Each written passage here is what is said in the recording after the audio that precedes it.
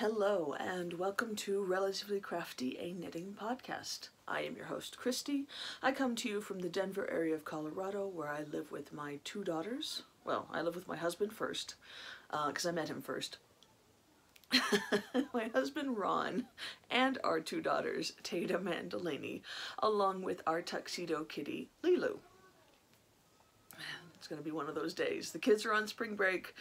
I ended up getting a weird day off, and so it's just a little bit chaotic, and I do apologize for any noise my kids make. I have told them to be quiet. As you can probably tell, they're not being quiet. Am I crooked? I am. I'm crooked, huh? Hang on, let me see if I can fix that. I'm in a different spot today because it is very overcast, and I'm trying to kind of do something with the lighting, or trying to better the lighting. I have a light, this light, and it was great with my other camera, but when I use my phone, it makes the skeins and the stuff blow out when I'm trying to show it to you up close. So the window that is in my yarn slash guest room slash library is right in front of me right now, so I'm hoping to kind of get some light. I'm normally in that corner over there, sitting up against this wall.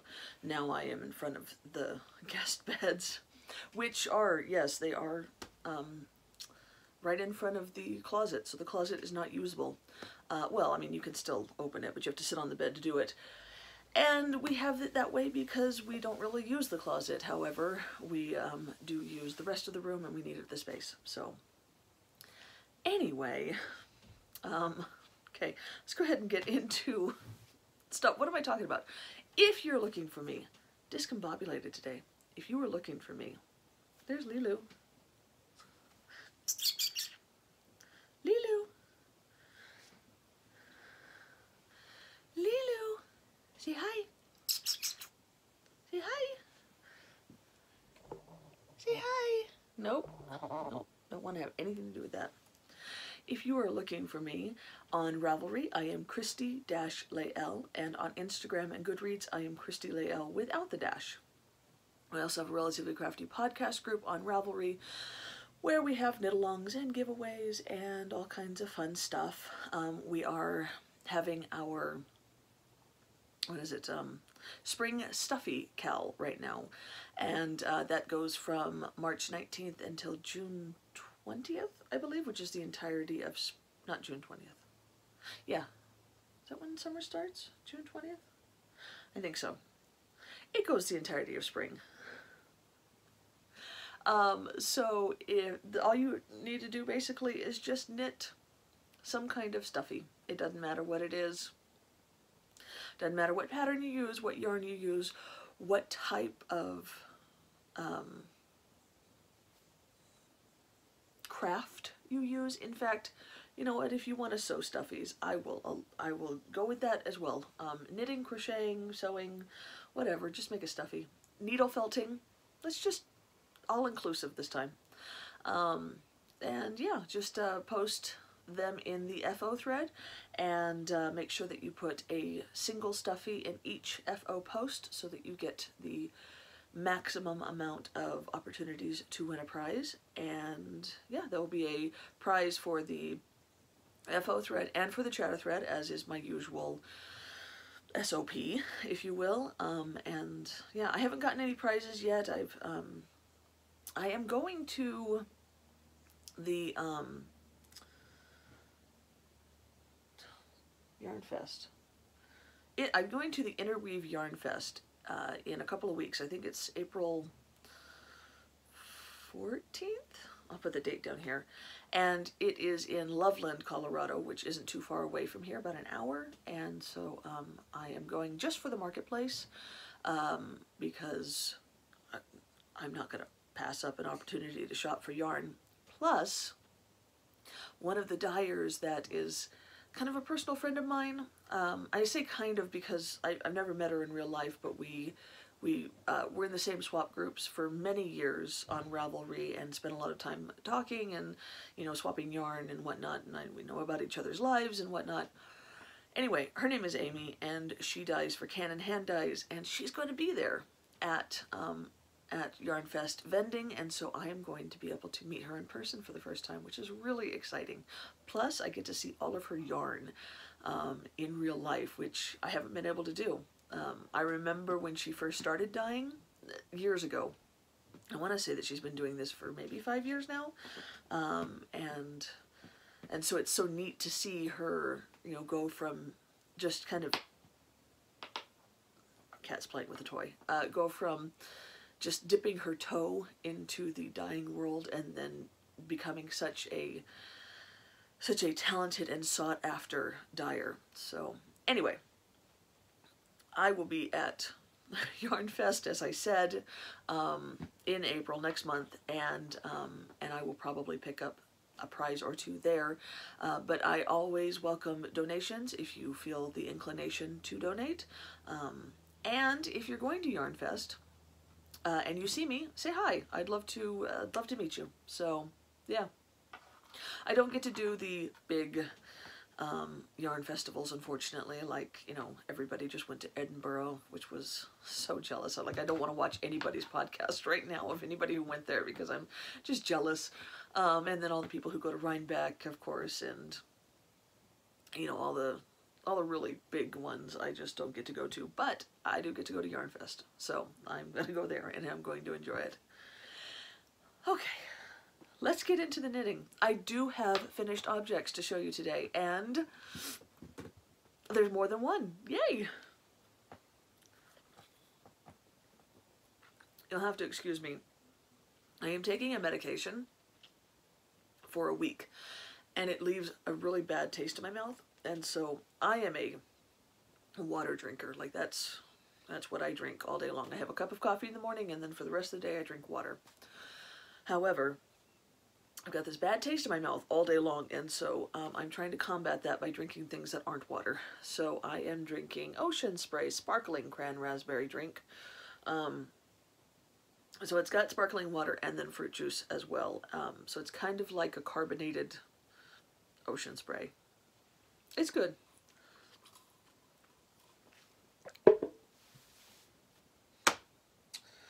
Finished objects. That's where we were at. Don't look.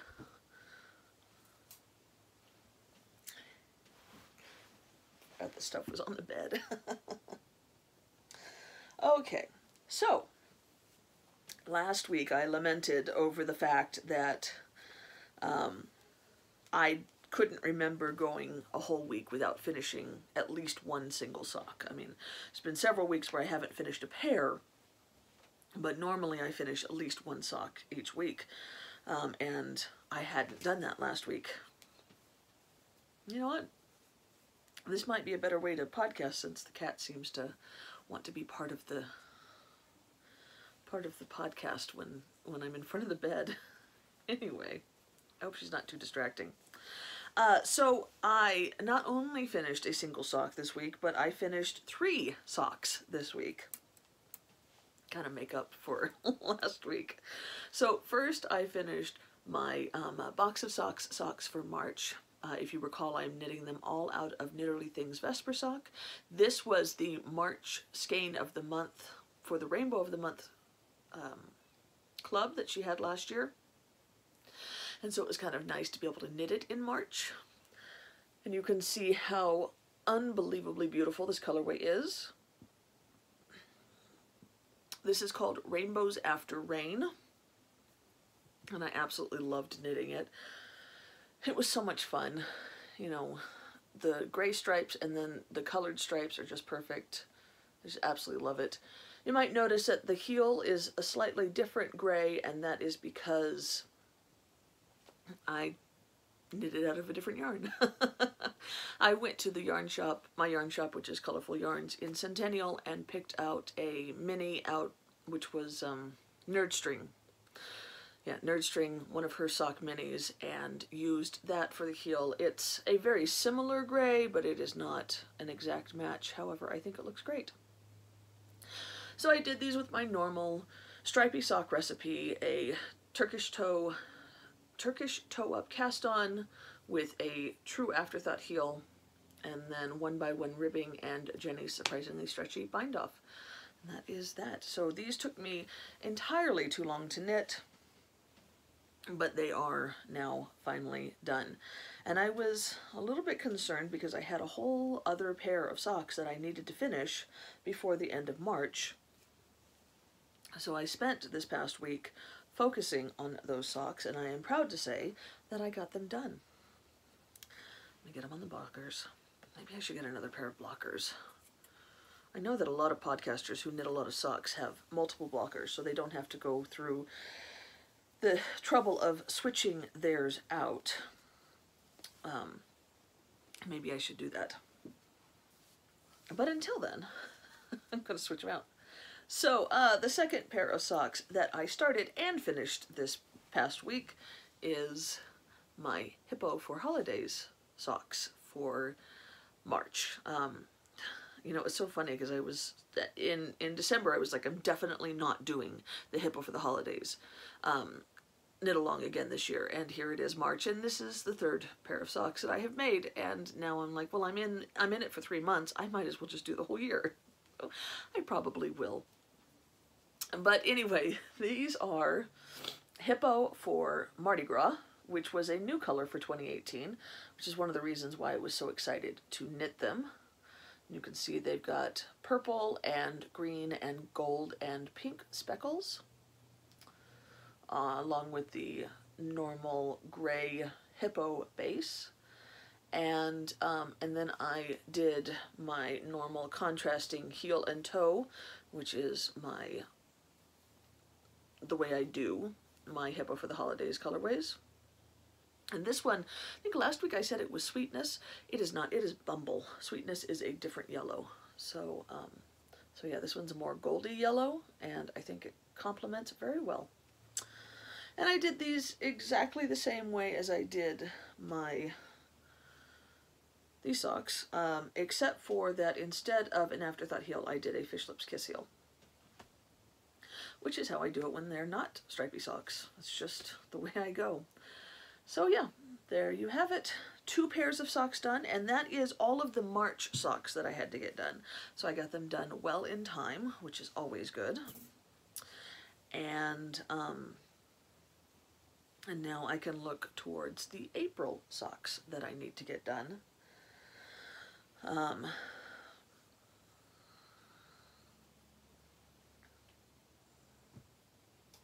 I guess that takes us into whips. So, one of the pairs of socks that I started in March, but didn't get done, was the pair that I made for my aunt. If you recall, I made them out of Knitterly Things Vesper sock in the Rainbow Love colorway, which is an older colorway of hers, but absolutely gorgeous. And I got another nerd string for the heel, for the same reason, because I thought it would be good. My aunt has very small feet. She only wears a woman's 5. Well, her foot's like a 4.5, but she gets a 5, or she'll get a big kid size 3. So she and my 10-year-old Delaney wear the same size shoe, which makes her socks very small. However, I made the leg about my normal length. And I have finally started on her second sock, although I only have a little bitty toe, so there's not much to it yet. But since the socks are small, they should go pretty fast, I think. So I'll be able to focus on this now that I've gotten my March socks finished, and maybe I can get this done before the end of the month, because I have, Friday, maybe not, but I should have this sock done by the end of the weekend at the very least. And then the other sock whip that I have is my April Hippo for the Holidays socks, and I can go ahead and start those early because the way the Hippo for the Holidays goes, you have 2 months with which to knit the socks. So you don't have to have them started or ended within a specific month. So I went ahead and cast on the toe of my Hippo for Easter 2018 socks, which will be in this yarn. This is the Hippo for Easter 2018 colorway, which is exactly the same recipe as the Hippo for Easter 2017 colorway. Some of the colorways she's updating, some she is not. So Easter is the same, but I picked out a different heel, toe, and cuff, or heel and toe skein. This is, what is this? This is Julep. I think before I used Elba Island. So even though I will have 2 pairs of Hippo for Easter socks, they will look different because I'm using a different heel skein. And I wanted to point out, I'm holding that in my little Lorax bag, and you might notice I have some one of these light bulb stitch markers here. And you might notice if I do, if I take a picture of the first sock and put it on Instagram, I have those stitch markers on there, and I put them at every 10 stitches, or every 10 rows rather. And one of the advantages of knitting the same base several times is that you, or the same dyer several times, is that you learn how many rows you need to do for your socks for that dyer. So for Lolo Did It, in her plush sock base, I know that I need to knit with, if I use contrasting heels and toes, I need to knit 67 rows for my foot. So I have 6 stitch markers here that I will use to place on the Hippo for Easter socks as I go. And once I get to 67, I don't even have to measure anymore. I just 67, and then it's time to do the heel, and then I do 60 rows before I start the ribbing. And so I have the same, so I put those all on the first sock as I go, and then when it's time to do the second sock, I just transfer the stitch markers from the first sock to the second sock as I go through. So when I hit the first 10 rows, I take the first marker off the first sock and put it on the second sock, and then go on, so I know exactly how long to make the socks. And you know, measuring your socks is not a hard thing to do. Of course, it's not hard, but it is nice when you don't have to worry about whether or not you have that tape measure. And I don't even need the stitch markers, honestly. If I really was stuck someplace for several hours and had forgotten to bring my stitch markers, I could just then count the rows, and as long as I had 67, I was ready to do the heel. Now, I know that there's a lot of dyers that use the same bases as other dyers, so that would work if you knew for sure that they were using the same base. But it is definitely a benefit to knitting several socks out of the same dyer's yarn. Just a little tidbit that I've kind of come across recently. So yeah, so there is that WIP. And then my final WIP, I'm sure you guys are so sick and tired of seeing, and I apologize, but I have 2. I have 2 more WIPs. It's not my final WIP. But I'll go over it anyway. I do apologize. I know that you guys are sick of seeing this. It's been like 4 weeks now. But I am close. Hopefully I'll be able to finish it this weekend. That, of course, is my Snowflake Sweater by Tin Can Knits. I'm knitting it out of cephalopod yarns. The Verdant Griffin in her Traveler DK, in Dirty Deeds Done with Sheep, which is the purple, and then Madagascan Sunset Moth, which is the main color. And I have the body completely done and cast off. You see my little split hem. Can you see that? Little split hem. So that is completely done, and I am working on the first sleeve. And I think I have to do 10 decrease repeats, and I'm like 5 or 6 in. So I'm getting close to, I'm just about at my elbow. I got a couple more inches left to go, and then I will finish that first sleeve and then knit the second sleeve, which should go fast as well. So I am knitting the 3/4 length sleeve, which she includes in the pattern. She has both a long sleeve and a 3/4 length sleeve, and I love it when they do that because the decreases are slightly different. And I am not alternating. I alternated for the entire body. I am not alternating for the sleeves because it's such a hassle. It's just a hassle, and I don't want to. So the sleeves aren't going to be exactly matching, and I'm really okay with that. But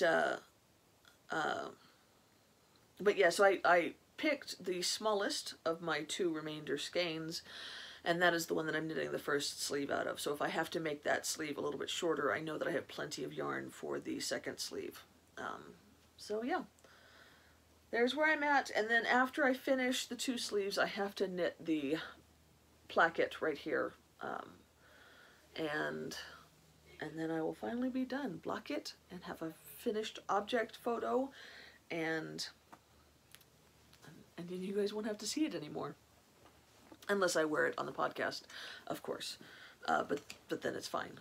Speaking of wearing things on the podcast, I am wearing my So Faded sweater by Andrea Mowry, which I knit entirely out of Yarn Cafe Creations, which is dyed by Cristi, who is one half of the Girls in the Yarn Cafe podcast. See if I can remember the colors. Ocean Mist, Pumpkin Carving, Selkie, Forest Nymphs, I believe. And I still love it. It fits very nicely. I will say that the yarn's a little bit pilly. This is their fluffy sock base. This is her fluffy sock base, which is a little bit more lightly spun than the others. It's 75-25, but I am noticing that it pills, especially, here where I rest my arms on the desk at work and stuff like that. So, but I really love it, and it fits wonderfully, and it's a beautiful sweater to wear on these nice days. So it's kind of a weird weather day. We got snow on Monday, and then it almost all melted yesterday, but we're supposed to get some rain this afternoon, and then that's going to turn into snow overnight. So we're going to have more snow tomorrow. So it's just kind of weird, but I like it. Every day that I wake up and there's snow on the ground, I'm happy. Okay, so my final whip is actually one of the things that I am knitting for my own KAL. And I say one of the things because I mentioned to Delaney that I was going to knit a little stuffy, and would she like to pick out which one I knit.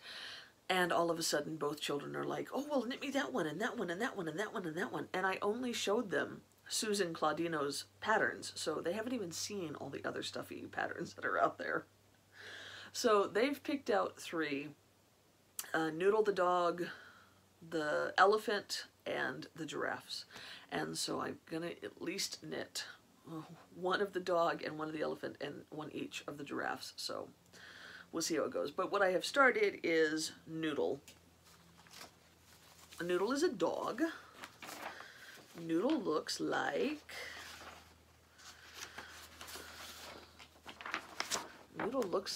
that.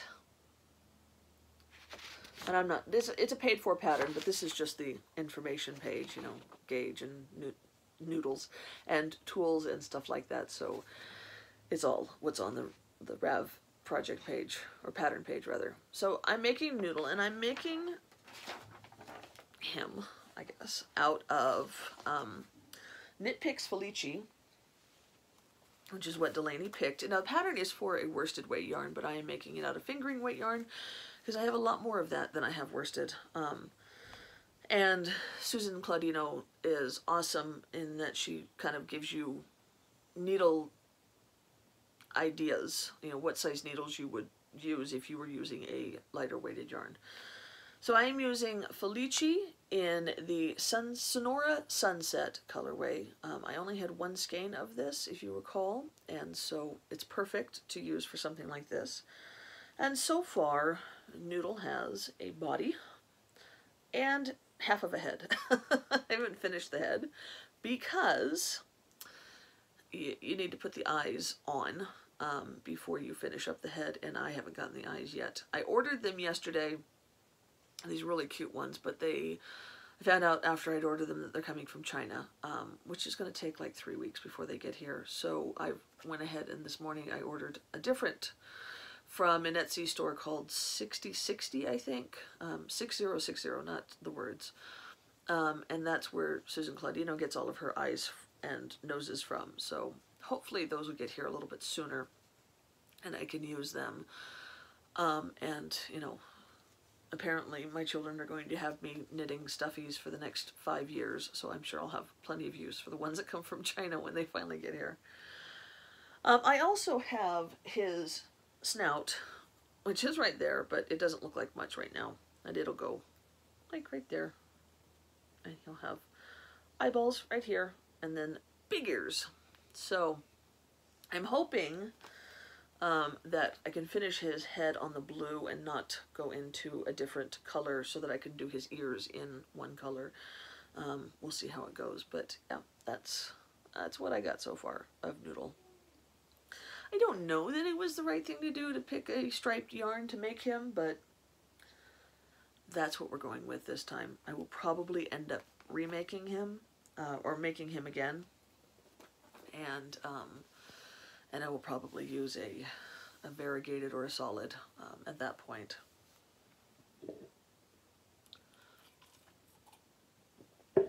I mean, they go so fast. I started this yesterday afternoon.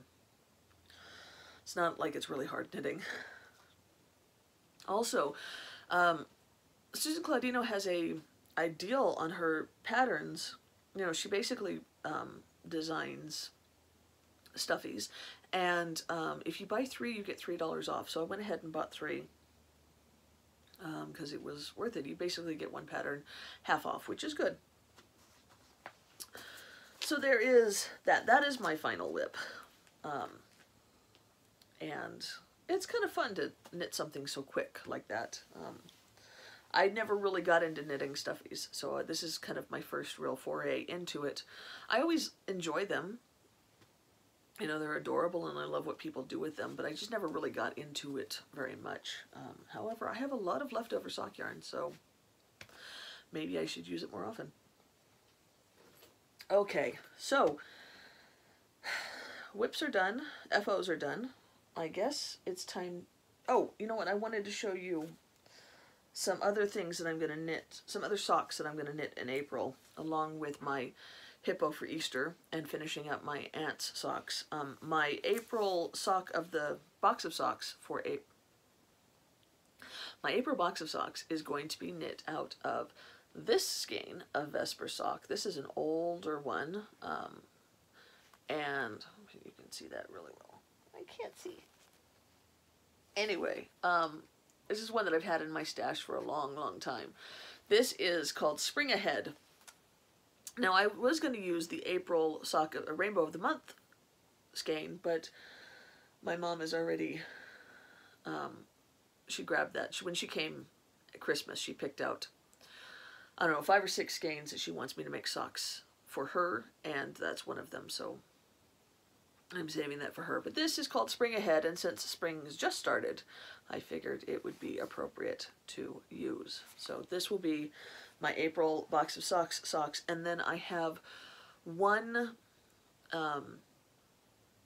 sock left of my oldest sock skeins to knit, and so I have that wound up and ready to go, and it is this one. And this is Trailing Clouds, which is most famous for their Mind the Gap colorway, which was one of the first massive amount of stripes. Like, I think it's like 12 different colors. It was one of the first that was out there. This is called Blythe, and it will look like that when it is knit up. And yeah, funnily enough, I have knit the Mind the Gap colorway 3 or 4 times, but I've never knit it for myself. That was one that I got commissioned to knit for other people several times. And I'm really familiar with the colorway, but I don't own a pair of socks in it. So this, hopefully, I'll be able to knit in April as well. And then, of course, I showed you last week the Blue Sands cardigan that I am going to be starting out of all of that Valmisa DK, which is gorgeous. I was hoping to do my gauge swatch this past week, but I didn't get to it. Maybe next week. Okay, so let's go ahead and get into yarn haul. I found a D-stash that was fantastic.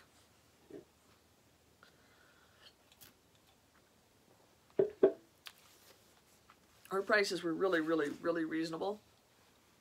And so I went a little hog wild and purchased 5 skeins from her.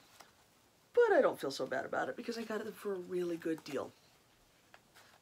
So first, I got this skein of Fireweeds yarn, which is dyed by Alaska Nancy and is a self-striper. I made a pair of socks out of it last year. And this is the Easter egg colorway. And I am very tempted to cast it on like now because Easter is this Sunday, but I'm not going to.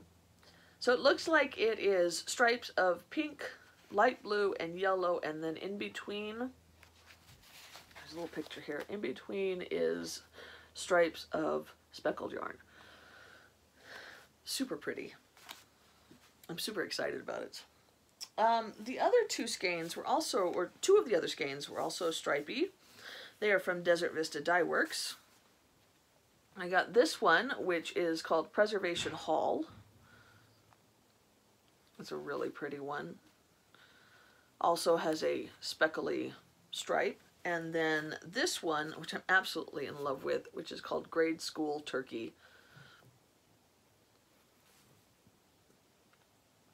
And I just think it's gorgeous. And then the last 2 I got were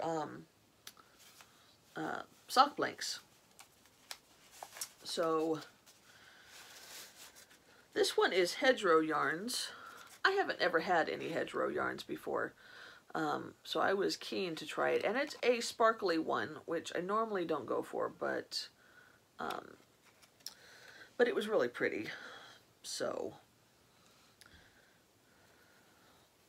and here it is. I just really like the peachy and this kind of chartreusey bit here.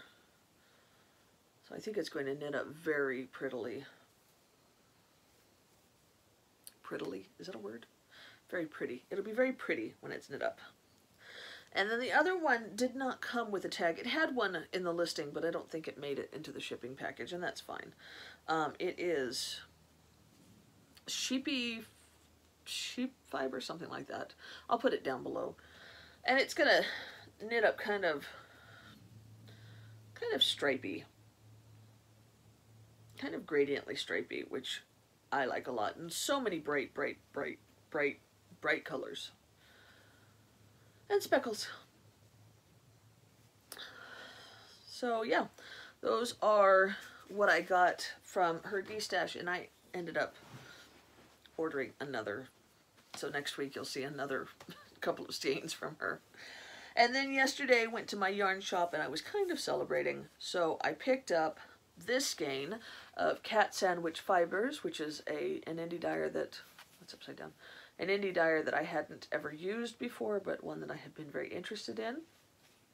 This is in her Trusty colorway, which is 463 yards, a 75-25 blend. I love this base. It's very plush looking, and the colorway is Peppermint Toad. So we'll see how that knits up eventually. And then in the sale room, they had these on the table, and they were so soft, and I simply couldn't pass them up. And it is Classic Elite Yarns Arietta, and I got it in 3 different colorways. I got a single skein of each because I'm going to make a colorwork cowl out of them. Now, these are 80% merino and 20% yak, and they are super duper soft. This first one is colorway 4950, which is Old Gold. This one is colorway 4956, which is Lavender. And then lastly, this is colorway 4931, which is Lake. And I am going to use them together to make this, the Winter Wonderland cowl. I'm not entirely sure when I'm going to do it, but I went ahead and bought the pattern anyway so that I was ready. You know, we aren't really going into that season right now, coming into spring and whatnot, but I think it'll be perfect, and it's super soft, like super duper duper soft. I mean, it's got yak in it. Yak. Okay, so that is all of the yarn that I have to show you. So I guess we'll go ahead and get into books. I have not finished any books since last week because the 2 books that I was reading last week were pretty long, and so I'm still reading them. I am still working my way through A Gathering of Shadows by V.E. Schwab, V.E. Schwab. And this is the second in the Darker Shade of Magic trilogy by V.E. Schwab, and I am coming up very close to the end. I think I have 4 hours left on the audiobook, so I probably will have this finished by next week. And of course I will be then picking up the 3rd book. And then the book that I was reading in real life, you know, not on audio, is Surprise Me by Sophie Kinsella, which I have mentioned is a guilty pleasure of mine, reading Sophie Kinsella books. I just really like her fluffy romance novels. And this one's kind of nice because normally her novels feature a single mid-20s, early 30s aged woman who is kind of just a shambles and you know, just is trying to get through life, surviving it. This one deals with a married couple, which I kind of like. So I am also fairly close to the end, so I will have this one done by next week as well. And then I have to decide what I'm going to read next.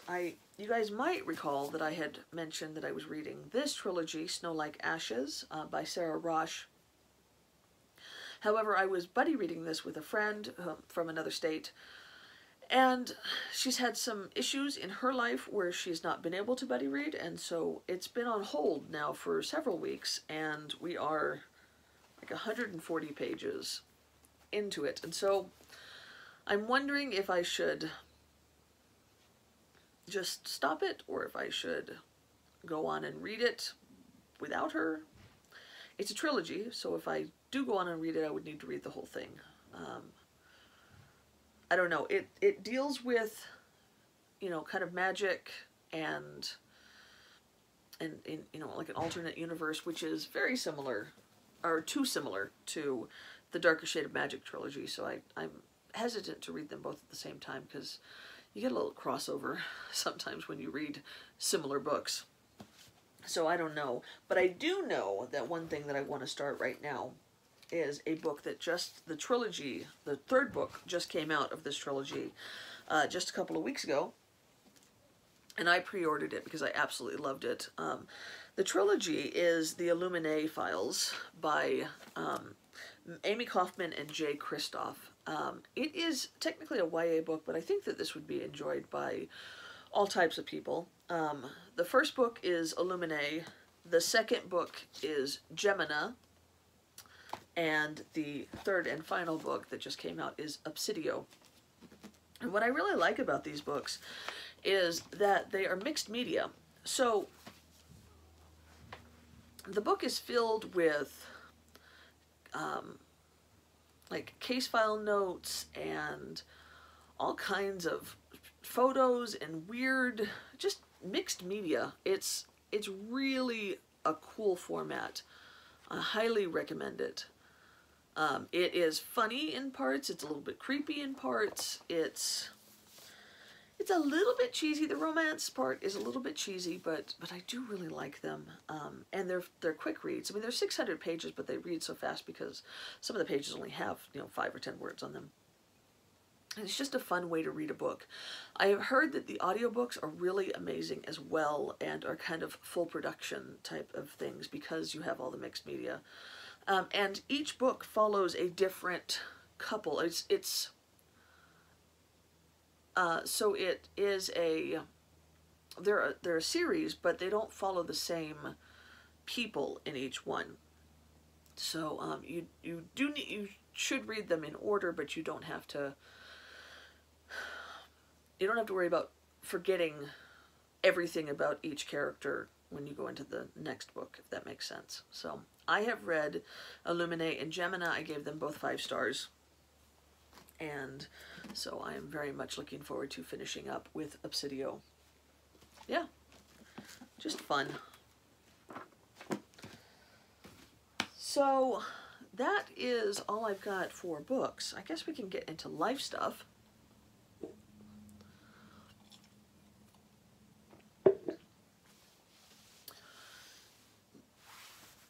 I am taking my American literature CLEP test on Friday, so I'm studying a lot and I'm hoping to pass it.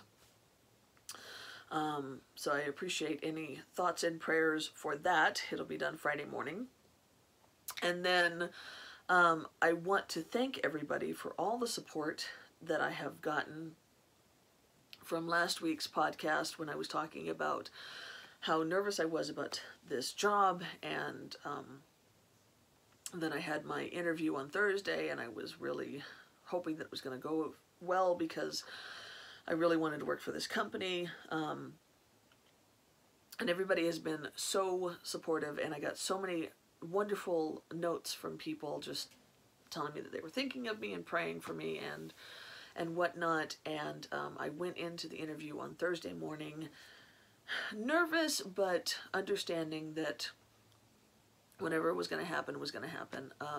I met with the office manager and then the department manager. Really found them both to be wonderful people, and it just solidified my desire to work for this company. And so I left just feeling like, oh man, I really, really, really want this job. Like, I wanted this job before, but now I really want this job. And I knew that they were interviewing at least one other person, but I wasn't sure when I was going to hear. They weren't sure when they were going to know. So I waited Thursday, and then I waited Friday, and I checked my emails every 5 minutes. I didn't hear anything, so then I had to go the whole weekend without knowing, and trying not to think of myself in this position, having this job, but finding it hard not to just envision myself working in this office, and because they took me around and showed me where the desk of the new employee would be, and just like, oh, that could be my spot, Anyway, Monday morning I got up and went to work, and that helped a little bit because that kind of got my mind off of things. Friday I had off, and so I was just kind of, I was with Ron and we were doing things, but I still was very, focused on my phone and my email. Whereas when I was at work, it was a little bit better. But at about 10 or 11 o'clock in the morning, I got an email from the recruiter saying that she'd like to talk with me if I had some time that day, and so I wrote back immediately and said I was available at any time, and she called me about an hour and a half later and asked how the interview went on my end. I thought that it went really well, told her how keen I was, how I really enjoyed the people that I interviewed with, and it seemed like a really good place to work for, and that the office was really nice, and the staff seemed really inviting, and she said, well, that's good to hear because they liked you a lot too, and we'd like to offer you the job. So I did my best not to do a little happy dance because not only was I on the phone with the lady that was potentially hiring me, but I was at the office where I currently work. Even though my current job was always going to be a temporary one, it's still, you know, just in bad taste to go happy dancing because you got another job when you're at your current job. So anyway, I thanked her very much in a very professional manner and told her that I would need to, you know, talk it over with my husband and that I would get back with her. She emailed me all the details for the position and the job offer, and yesterday I accepted it. So yeah, I now will be working at this job that I was so hopeful for. I was just, it's everything about it just seems to be perfect. It's the kind of work that I really love to do. I'm working in the bookkeeping department. It is a full accounting firm, so they do accounting and consulting, they do auditing and CPA work and bookkeeping, and I will be working in the bookkeeping department, which is my favorite of all the accounting jobs. I currently work with a CPA doing taxes, and I like it. I enjoy it, but I really like bookkeeping.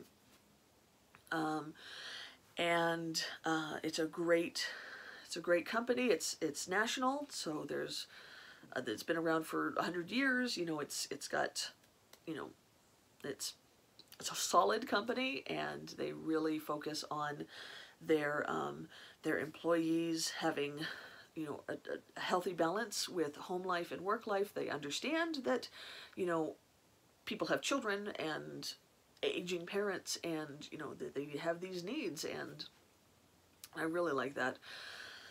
So yeah, it's a good pay, it's good benefits, it's good everything. It's exactly the kind of job I wanted, working for a good, well-respected company.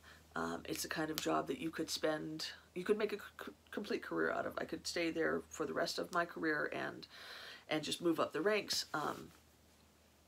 And even if I don't, it's going to be great for my resume. Yeah, I'm really, really pleased with this. I've kind of been on cloud 9 for the past 2 days. Since Monday. So yeah, so thank you everybody for all of your support. I really didn't know what I was going to do after I got out of school. I didn't know what I was going to do when I finished college. I knew I was going to get a job eventually, but how was I going to get a job when I had the past 14 years as a stay-at-home mom? I mean, who wanted to hire me?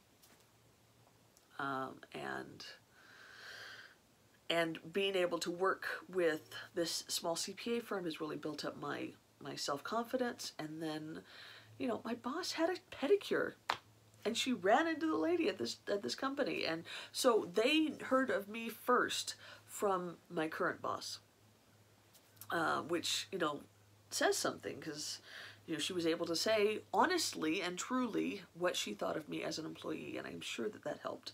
I mean, now it obviously helped that I'm a good employee for her, so that she had good things to say about me. But still, you know, I know I'm rambling, and I apologize, but I'm just so excited.